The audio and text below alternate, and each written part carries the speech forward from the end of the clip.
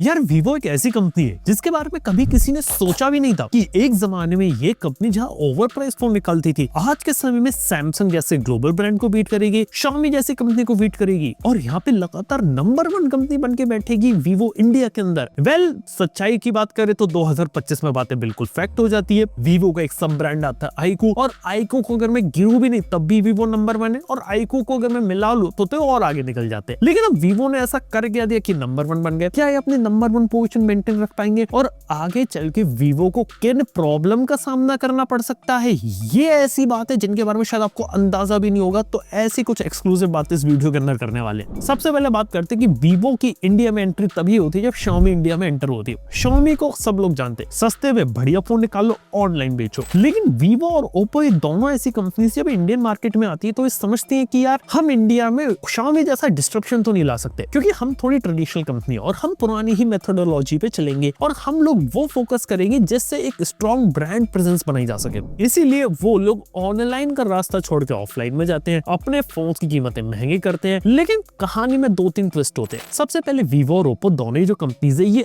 Offline के अंदर heavy brand endorsement का सहारा लेती है, जिसके अंदर सेलिब्रिटीज का यूज किया जाता है। और आज भी वीवो का कोई भी अगर नया फोन लॉन्च होता है तो उसके अंदर किसी न किसी टाइप का सेलिब्रिटी एंडोर्समेंट तो आपको देखने को मिलता है। इसके साथ ही यहाँ पर वीवो ऑफलाइन स्टोर्स को टारगेट करता है, जहाँ पे अपने ब्रांड के प्रमोटर्स को बिठाता है, जहाँ पे ये वो प्रमोटर्स होते हैं जो वीवो का फोन यहाँ पे आगे चल के मार्केट में पुश कर सके। और इसी के साथ ही क्रेजी इन्वेस्टमेंट करता है अपनी मार्केटिंग के अंदर ही। यानी कि एक जमाना आपको याद है जहाँ पे वीवो का ब्लू कलर और ओप्पो का ग्रीन कलर पूरे इंडिया के अंदर मौजूद था, क्योंकि टिल 2020 तक कहानी ये थी कि जितना भी पैसा ये जो कंपनी यहाँ पे इंडिया में बना रही थी, ये सारा का सारा पैसा मार्केटिंग के अंदर लुटा रही थी, जिसके अंदर एडवर्टाइजमेंट होता है, यहाँ पे टीवी के अंदर ऐड होते हैं, बिलबोर्ड्स के ऐड होते हैं और हर जगह वीवो और ओप्पो आपको देखने को मिलता है। इतनी डीप इन्होंने मार्केटिंग कर दी कि कोई अगर इंसान जिसे मोबाइल फोन का नॉलेज है ही नहीं, अगर वो मोबाइल फोन खरीदने निकले तो वीवो या ओप्पो का मोबाइल फोन निकाल ले यहाँ पे। और तो और कहानी यहाँ पर रुकी नहीं, इन्होंने एडवर्टाइजिंग का यूज करते हुए आईपीएल के भी राइट्स ले लिए और आईपीएल के भी टाइटल स्पॉन्सर बन के बैठे रहे वीवो।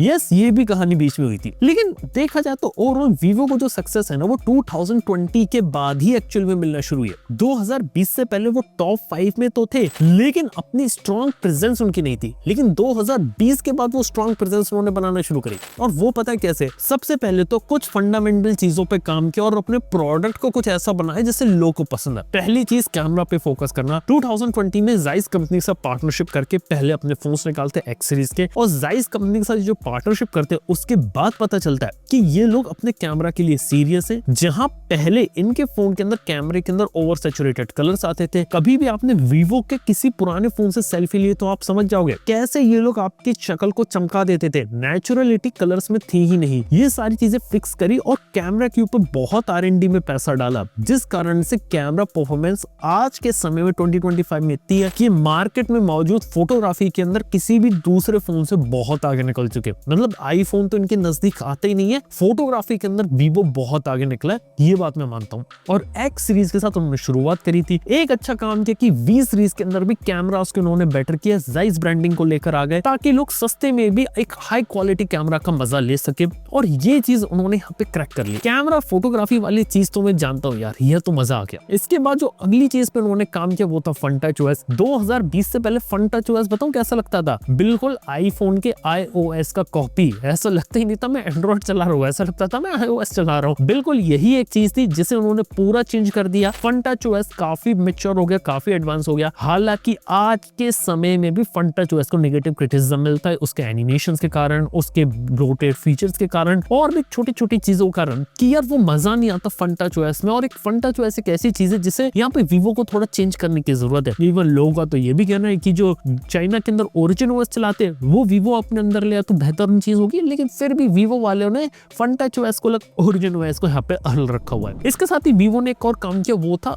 सर्विस सेंटर के अंदर। सर्विस सेंटर में अपने खुद के सर्विस सेंटर उन्होंने एस्टैब्लिश करे। आमतौर पे क्या रहता है, एक कंपनी सर्विस सेंटर खुद मैनेज नहीं करती, वो थर्ड पार्टी सर्विस सेंटर को कॉन्ट्रैक्ट देती है। आप पहली 5-6 कंपनी के सर्विस सेंटर तो चला रहे हो, लेकिन आप हमारा सर्विस सेंटर के राइट्स भी ले लो और आप हमारी भी सर्विस यहाँ पे करना शुरू कर दो। वीवो ने बोला नहीं, हम अपने खुद के सर्विस सेंटर में जो कंपनी ओन्ड होंगे, कंपनी के लोगों को प्रॉपर ट्रेन करके बैठा लेंगे और एक अच्छा एक्सपीरियंस देंगे, जिससे लोगों को आफ्टर सेल्स का भी एक अच्छा एक्सपीरियंस दिया जा सके। ये बहुत स्मार्ट मूव था और ये कोई भी कंपनी अच्छे से कर नहीं पाई इंडिया में एग्जीक्यूट, क्योंकि क्योंकि ब्रांड ओन सर्विस सेंटर कर पाना काफी खर्चीला चीज होती है, लेकिन वीवो ने ये चीज अचीव कर ली। इसके साथ ही वीवो ने एक और स्मार्ट मूव किया 2020 में, एक ब्रांड लेकर आईकू। आईकू जैसे ब्रांड को शुरुआत में इतनी सक्सेस नहीं मिली। बेसिकली आईकू जैसे ब्रांड का आइडिया ना उन्होंने कहीं ना कहीं पोको और Xiaomi से ही उठाया था, जहां पे एक अच्छा फोन बनाओ, एक अच्छा प्रोसेसर उसके अंदर डाल कर दे दो और एक हाई एंड परफॉर्मेंस वाला फोन निकाल दो। और यही चीज वीवो की यहाँ पर चल पड़ी और आईकू जैसे लोगों को भी फोन जो है वो पसंद आने लगे। और आज के समय में टॉप 10 ब्रांड के अंदर भी आईकू यहाँ पर आ जाता है और परफॉर्मेंस के हिसाब से उसके फोन भी काफी सही है। इसके अलावा वीवो ने देखा जाए तो ऑफलाइन के ऊपर जाते हुए ऑनलाइन के ऊपर भी थोड़ा फोकस किया और टी सीरीज के कुछ अच्छे फोन निकाले, जो मेरी नजर में टी सीरीज के फोन काफी रेस्पेक्टेबल और काफी अच्छी वैल्यू फॉर मनी भी यहाँ पे प्रोवाइड कर देते हैं अपने प्राइस और बजट सेगमेंट में। और टी सीरीज का कंसेप्ट ये रहता है कि जो वीवो की टी सीरीज होती है वही आईकू की जी सीरीज बन के यहाँ पर आती है। तो ये कुछ यहाँ पे अच्छे काम करे। और फंडामेंटली बात ये कि इन्होंने कुछ ओवर प्राइस्ड फोन निकाले, बात बिल्कुल सही है, लेकिन कुछ ऐसे फोन निकाले जो अपने प्राइस के हिसाब से काफी ज्यादा अच्छे और सूटेबल भी थे। इसके साथ ही ऑफलाइन के साथ साथ ऑनलाइन भी इन्होंने फोकस करना शुरू कर दिया, जिस कारण से लोग सीधी बात है नंबर 1 बन गए। लेकिन अब सवाल आता है क्या ये लोग नंबर 1 की पोजीशन अचीव रख पाएंगे या नहीं रख पाएंगे, ये कुछ सवाल है। सबसे पहली चीज, क्या ये नंबर 1 हमेशा रह पाएंगे? तो मैं तो अक्सर बोलता हूँ कोई भी चीज हमेशा नंबर 1 नहीं रहती, हमेशा मार्केट में चेंज आता रहता है। अभी नहीं आया तो कुछ साल बाद आ जाएगा, लेकिन आएगा जरूर। एक जमाने में किसी ने नहीं सोचा था कि Xiaomi अपनी नंबर 1 पोजीशन लूज करेगा, लेकिन लूज करी उसने। और उसके पीछे का फंडामेंटल रीजन है कि वीवो जो है वो यहाँ पे लूज इसलिए कर सकता है क्योंकि वो एक चाइनीज कंपनी, और चाइनीज कंपनी का जो ब्रांड परसेप्शन है इंडिया में वो हमेशा से थोड़े बजट और मिड रेंज सेगमेंट पे ही रहा है। वो प्रीमियम में कभी भी लोगों ने उसे एक्सेप्ट नहीं किया है, जिसके लिए वीवो ने पिछले साल से अपने फोल्डेबल फोन को निकालना शुरू कर दिया। 1.5 लाख रुपए का फोन निकालते हैं, ये दिखाने के लिए बनाया गया कि हम एक प्रीमियम फोन बना सकते हैं और उस प्रीमियम फोन को दिखा के अपने सस्ते वाई सीरीज के फोन को यहाँ पर बेचा जाता है। ये सिंपल सी कहानी है वीवो के प्रीमियम सीरीज के फोन की। लेकिन फ्यूचर में इसका कितना बड़ा इंपैक्ट पड़ेगा, कब जाके ब्रांड परसेप्शन चेंज होगा वीवो का, ये कुछ नहीं कह सकते। इसके साथ ही वीवो के जो मोस्टली फोन बिकते हैं वो वाई सीरीज, टी सीरीज और उसके बाद वी सीरीज बिकती है। वी सीरीज के फोन में कुछ में कैमरास वाकई में अच्छा है, ये बात है, लेकिन वी सीरीज के साथ प्रॉब्लम ये है कि परफॉर्मेंस ओरिएंटेड फोन्स वो बिल्कुल भी नहीं है और ओवरऑल वो फोन के अंदर आपको परफॉर्मेंस मिलती नहीं है। और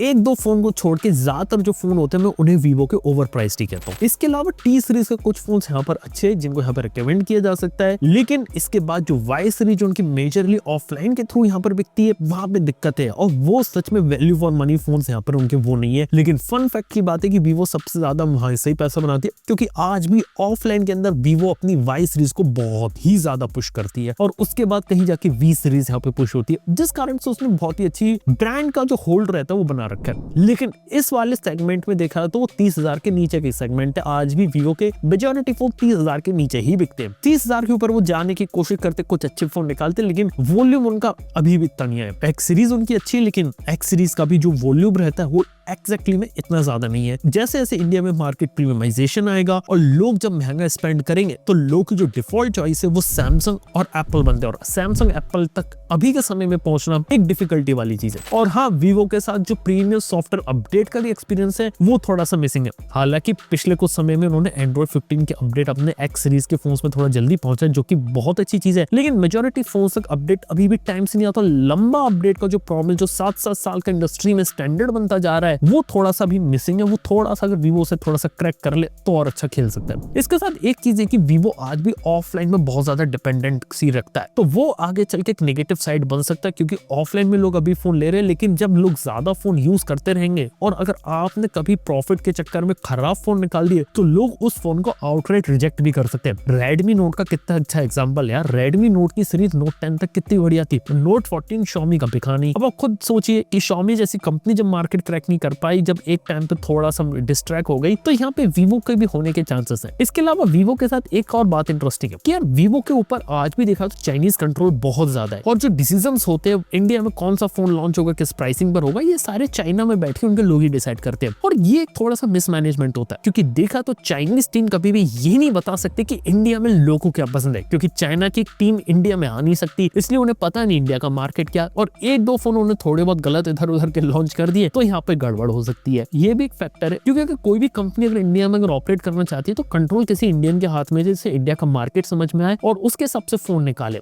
अगर थोड़ी बहुत भी गड़बड़ इधर कर दी तो शायद क्या पता नथिंग फोन 3 जैसा यहाँ पर हाल हो जाए, ये भी एक बात हो सकती है। तो खैर ये भी कुछ चीज है। इसके साथ ही वीवो के लिए चलो कुछ छोटी चीज है, लेकिन इससे बड़ी जो चीज जिसके बारे में बात करने वाला हूँ वो बहुत ही इंटरेस्टिंग है और उसके बारे में शायद ज्यादातर लोग आपको बताएंगे भी नहीं। वो ये कि वीवो आज के समय में कई सारे लीगल एक्शंस में फंसा हुआ है। वीवो इंडिया स्पेशली बात करें, पिछले कुछ सालों में वीवो के ऊपर कई सारी गवर्नमेंट एजेंसीज ने भी अपने ऊपर स्क्रूटनी रखाई है, नजर रखी हुई है। ईडी ने भी इनके ऊपर रेड वगैरह करी थी एक टाइम पे, और इनके ऊपर ये इल्जाम लगा हुआ है कि उन्होंने 20,000 करोड़ रुपए यहाँ पे इलीगल तरीके से मनी लॉन्ड्रिंग करी और चाइना यहाँ पर पहुंचाया। और इसके लिए आज के समय में वीवो के कुछ एग्जीक्यूटिव्स को यहाँ पर जेल भी हुई थी। वीवो के जो चाइनीज एम्प्लॉय इंडिया में काम करते थे उन्हें भी यहाँ पर जेल में भेजा गया था, और ऐसी बहुत सारी चीजें हुई। और रीसेंट डेवलपमेंट इसमें यह कि यहाँ पे कोर्ट ने समन निकाले वीवो इंडिया सीईओ, वीवो के चाइना सीईओ के लिए कि 18 अगस्त को कोर्ट में हियरिंग होगी और उनको यहाँ पे प्रेजेंट होना और अपनी सफाई देनी है कि 20,000 करोड़ की मनी लॉन्ड्रिंग के बारे में। तो ये बहुत बड़ी चीज है, यानी कि जब गवर्नमेंट की जो नजर पड़ती है ना किसी भी कंपनी के ऊपर ना, और इस तरीके से अगर वो किसी इलीगल एक्टिविटी में मौजूद है तो यहाँ पे उस कंपनी के लिए इंडिया में ऑपरेट और बिजनेस कर पाना बहुत ही ज्यादा डिफिकल्ट हो सकता है। अब देखने वाली बात है कि वीवो इंडिया यहाँ पे इस लीगल वाली प्रॉब्लम से यहाँ पे किस तरीके से निकलता है। और मैं तो सिंपल सी बात बोलना चाहूंगा कि अगर आपको इंडिया में अगर काम करना है तो इंडिया के रूल्स और रिस्ट्रिक्शन के हिसाब से सही तरीके से काम करो, सही तरीके से फोन बनाओ, अच्छा काम करोगे, अच्छा चलते रहोगे। लेकिन अगर कुछ गलत रास्ता यहाँ पर लो, कुछ इलीगल एक्टिविटी में अगर आप रहोगे तो हाँ यार, इसका जो मेजर होता है नुकसान आप ही को यहाँ पे उठाना पड़ेगा। देखते हैं यहाँ पर क्या रहता है। वीवो अगर अपने इस लीगल वाली प्रॉब्लम से अगर निकल पाता है तो बहुत अच्छी बात है, लेकिन कहीं ऐसा नहीं हो कि अगर इस लीगल प्रॉब्लम में ज्यादा फंसता चला गया तो कहीं वीवो इंडिया यहाँ पे मार्केट से आउट ना हो जाए, इसके भी चांसेस है। अभी 18 अगस्त को कोर्ट वगैरह में हियरिंग होगी, तब हम उसके बारे में और बात करेंगे। बाय द वे आप मेरे को ट्विटर पे फॉलो कर दो अगर इससे रिलेटेड कुछ भी अगर इन्फॉर्मेशन आती है, क्योंकि ज्यादातर लोग इसके बारे में बात नहीं करते, तो ट्विटर पे मैं अपने अपडेट करता रहूंगा इसके बारे में, तो वहां पे आप अप टू डेट रह सकते हैं। और हाँ, चैनल को भी सब्सक्राइब कर ले। अगर कोई भी बड़ा मेजर डेवलपमेंट होता है जैसे वीवो इंडिया को फ्यूचर में खतरा होता है तो यहाँ पर मैं आपको उसके बारे में भी इन्फॉर्म करता रहूंगा, उसके बारे में टाइम टू टाइम वीडियोस मिलते रहेंगे, तो चैनल को भी सब्सक्राइब कर सकते हैं। लेकिन फिलहाल के बारे में बात करें तो ये एक वन ऑफ द कोर चीज है जिससे वीवो को फ्यूचर में खतरा हो सकता है। लेकिन